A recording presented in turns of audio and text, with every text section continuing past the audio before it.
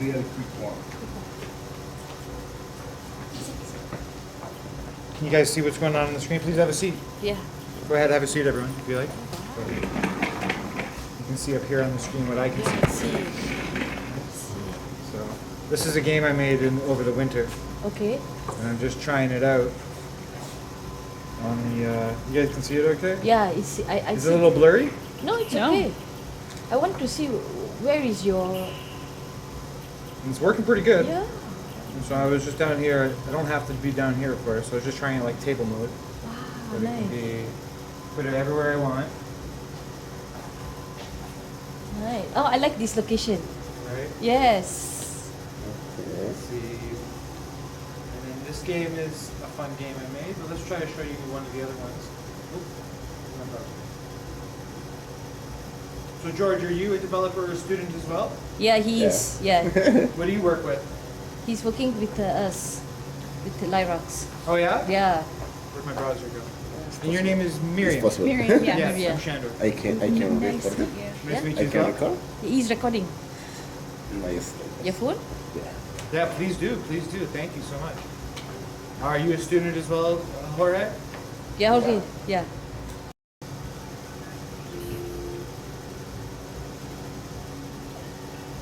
Yeah. It's pretty So neat. this is a game I made for the Pi Day Game Jam. Yeah. After, because I wanted to make something about circles. Yeah. I wanted to take like a classic game like Brick Breaker and put it around a circle. And so that's what this is. That's what this game is. You can see it on the screen, right? Yeah. And actually, this is the first time I've ever tried it on VR. It's not too bad. It's a little different. So is it really crispy on the screen? Because when I look at the screen, it looks quite fuzzy. No, it looks really crispy. Like Okay, good. no lagging, nothing. It's pretty Nice. neat. Yeah. I like the performance of it. Yeah. It's pretty smooth. So that works pretty well. I mean, I'd welcome you guys to try this out too after I Yeah. show you. Yeah. Very nice. The idea of this game is that you're a hacker, and Okay. you're accessing a bunch of you have like a server farm available to you, and from the angles of your server farm, you're trying to hack in all these networks, and that's just the premise of the game. I don't know. Can you guys hear music? Yes, Very we can. quiet? Quiet. Very but, quiet. But we can. So that's from. How does the color code changes? You changing it? Just thought. What do you mean? The change. The The code pattern, change. the Yeah, the pattern colors? change. Yeah. Yeah. Because you're on a different level, or what? It keeps doubling every level. Okay. Yeah, so that's two games I can show you, and then so I'd like to show you some. Yeah.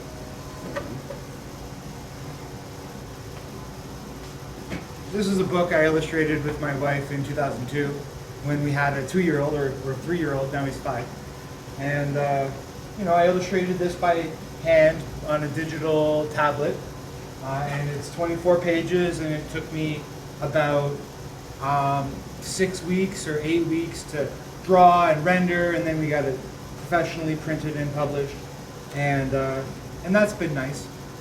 But with the development of artificial intelligence and image generation, I'm entering into dangerous territory, and that is, do I sell my soul to the computer because it can do it so much faster? And I'm going to show you what I mean. So you can still see on my screen here. Mm-hmm.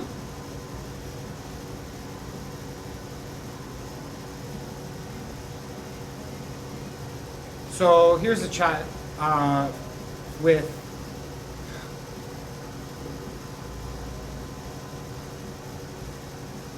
So I just want to show you. Wow. The images. It's cool how he's like using his hands Yeah. to move it because I thought you had to use Yeah. a controller, but you're using Yeah, just your hands. Can you see how it outlines my hand? Yeah, Oh, there. that's really cool. So here's the image I gave the model. I gave it this. I said, here's my art. Here's my model.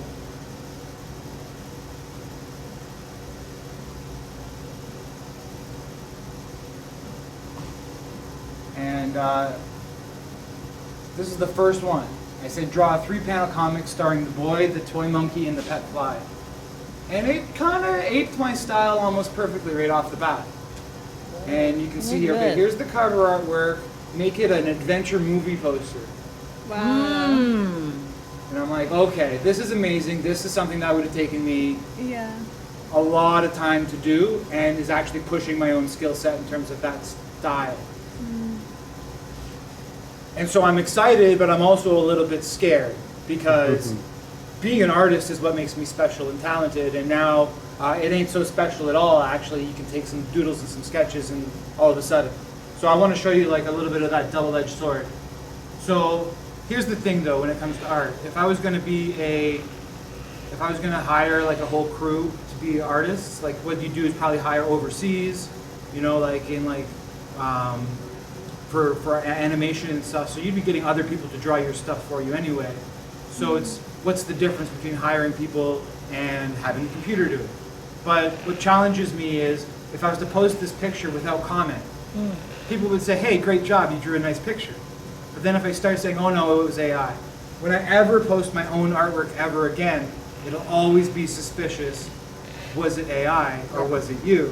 And that's really where I'm having some challenges. But then again, in 15 seconds, I'm getting artwork that would take more than 10 hours. So you're dealing with, if I want to make 25 books and sell them to the world, you get this kind of stuff. And actually, I'm learning stylistically from what it's giving me. The way it's doing this line thicknesses, the way it's doing the shading. I'm like, all right, I can work with that. But it got my fly artwork wrong here. And it kind of turns into a mutant freak every once in a while. These are all prompts. Okay. I'm not giving them more images. I've just given them the first 2 or 3 images. And then this is what it keeps coming back to me with. And there's some nice and interesting possibilities that emerge out of this. Here's something I drew and I sent to it. And I said, okay, have them walking on the moon. This is its version brought back to me. Wow. And then I'm like, okay, make a sprite sheet. And here's where I got a little bit excited. Oh, wow. Because this is very useful.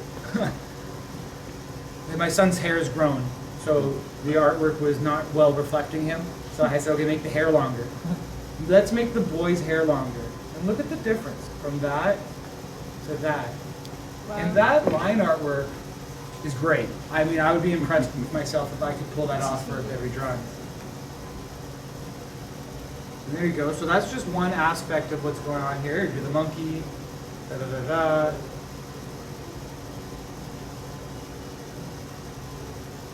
So I'm gonna, so you get the vibe. So what do you think? Should I play with fire and sell my soul to the AI because it produces artwork 100,000 times faster than I can? Or should I run away and never approach it?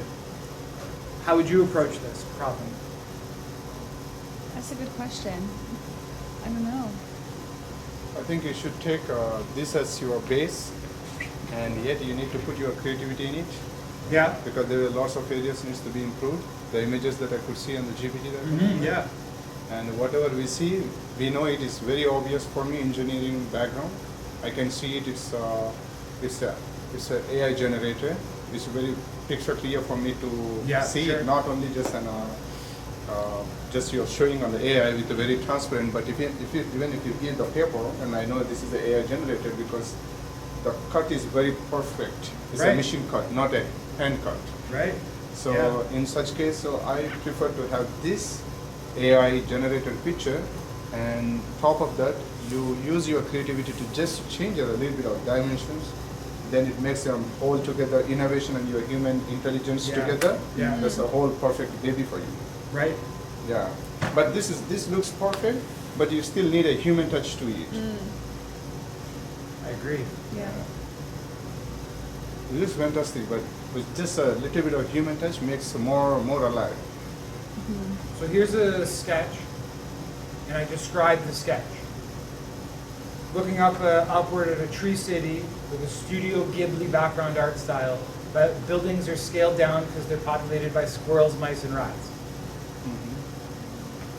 And so starts generating this kind of stuff. I give it a simple sketch.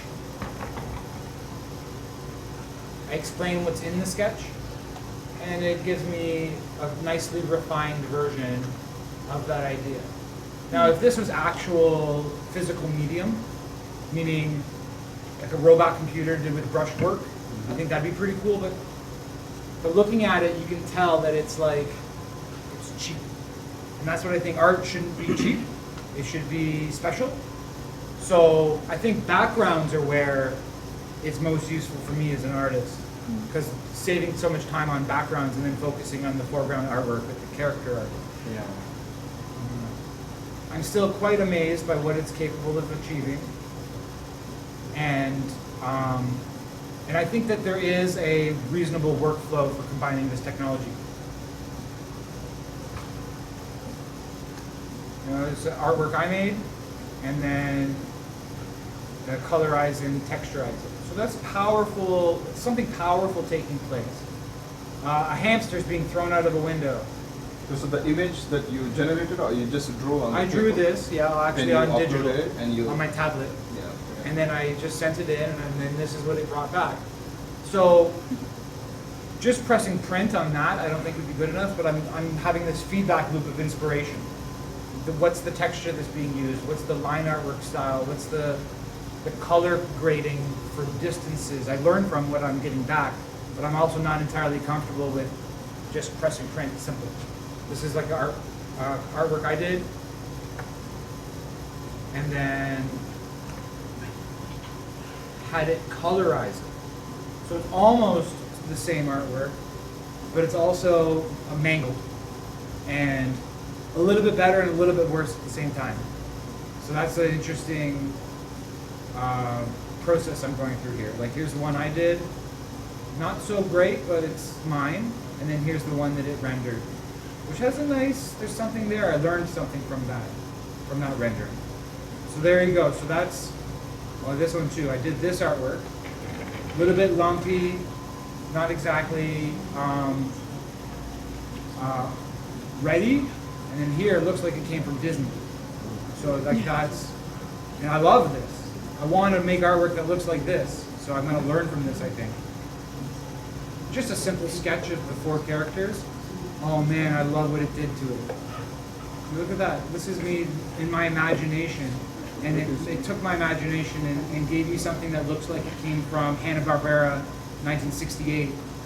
You know, so like there's something, this style is like, oh, I want to do a whole thing in this style. Thanks for the advice. But I mean, you know, like that, I love what this back and forth really inspired me.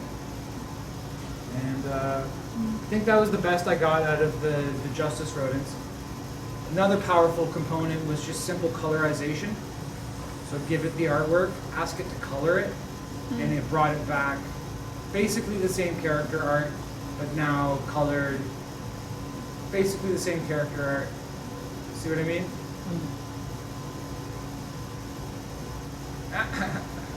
All right, so that's what I wanted to talk about today. That's what I've been up to in terms of using an image generation and with some of my processes. There's other things we can talk about.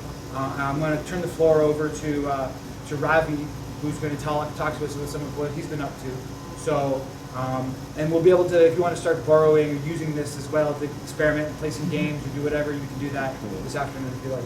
So, thanks so much for your attention. Okay. So,